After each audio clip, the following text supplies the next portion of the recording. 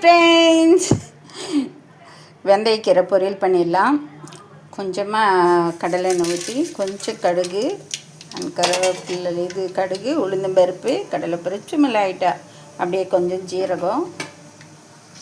இப்போ அது வெடிக்கும் போதே நம்ம ஒரு 2 பச்சை மிளகாய், கொஞ்சம் கருவேப்பிலை, ஒரு பெரிய சைஸ் வெங்காயம், இது நல்லா வதங்கி வருது. வெங்காயம் மிளகாய் நல்லா வதங்கிடுச்சு. இப்போ நம்ம பெருசாக ஒரு தக்காளி பொடியாக கட் பண்ணி, இப்போ நம்ம க்ளீன் பண்ணி கட் பண்ணி வச்சுருக்கிற கீரையை போட்டுடலாம்.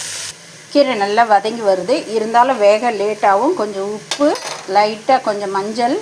நான் பாருங்கள் பீன்ஸ் கொஞ்சோண்டு வேக வச்சுருக்கேன், அந்த தண்ணி ஊற்றி நல்லா கீரை வேகணும். அவ்வளோ தாங்க. பாரு, நம்ம நல்லா தேங்காய் திருகி வேக வச்சிருந்தா பெரிய பீன்ஸ் போட்டு ரெடி பண்ணியாச்சு. சாப்பாடு ரெடி.